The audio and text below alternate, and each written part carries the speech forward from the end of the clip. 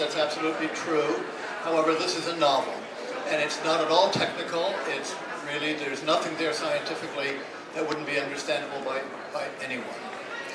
Many books have been written about bad governments, about bad situations. People love about bad things that happen, Kafka, whatever, I mean, all the difficulties.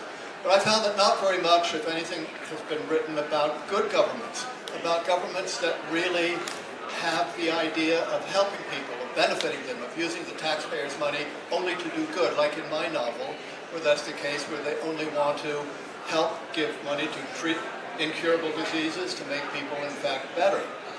But what's interesting, and the point of my book, is how good governments with good intentions can actually be repressive and do things that are not very good at all, unintentionally. And so, in this book, that's what happens by supporting in the future only work that has been directly involved with medicine or treating diseases, given all the money, and the basic research, the fundamentals of learning, has really not been supported, and that leads to a great repression as well as an advance for the basic science. The book has actually several subtitles, subtopics, but the main one on the research is a combination of being true from my own work and doing work on jellyfish eyes, and they do have eyes, in Puerto Rico, and I've worked on those quite a lot. I'll work on that, which is completely authentic, but only takes it so far. But then the work graduates into speculation, into things that are really almost storytelling, about jellyfish interacting with each other, about jellyfish having perhaps brains, which it synthesize the information that they see, which they do see. And the point of this part of the book is to show that science is not just a collection of facts. Science, in fact, is related to literature in the sense that it is speculative and it is storytelling. It's not false storytelling.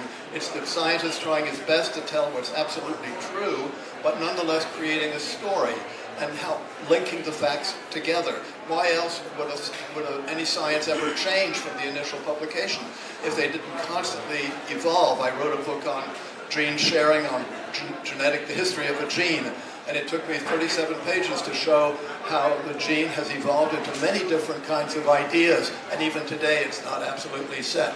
That scientific part isn't in the book. However, in the book at the end is an essay on my own reflections on basic science, having worked, and how I see it in reality, but how the novel, which has been an outgrowth of that, is really quite different. Well, this protagonist, Ricardo Stein, makes some amazing discoveries in the laboratory, but instead of being rewarded for these interesting new speculations and findings, he is really vilified, and he's indicted, and he's sent to there's a trial. And the question is, he has to justify his extremely interesting basic research with not having any immediate goal of curing any kind of disease. The basic research here is for knowledge and knowledge's sake. It's an ivory tower kind of thing, which is absolutely crucial for the advancement of knowledge and for the advancement of medicine.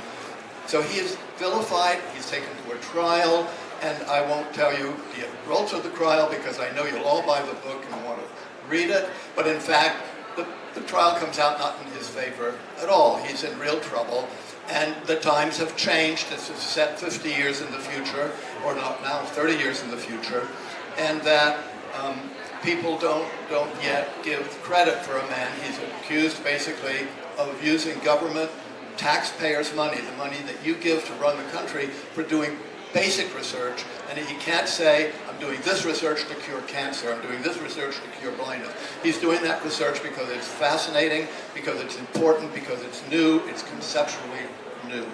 So the book is really about the experience of a scientist over a lifetime, myself, who now talks about science in much larger terms, about the value of it, about the importance of basic research, about in a storytelling form that would be readable by anyone. It's absolutely non-technical.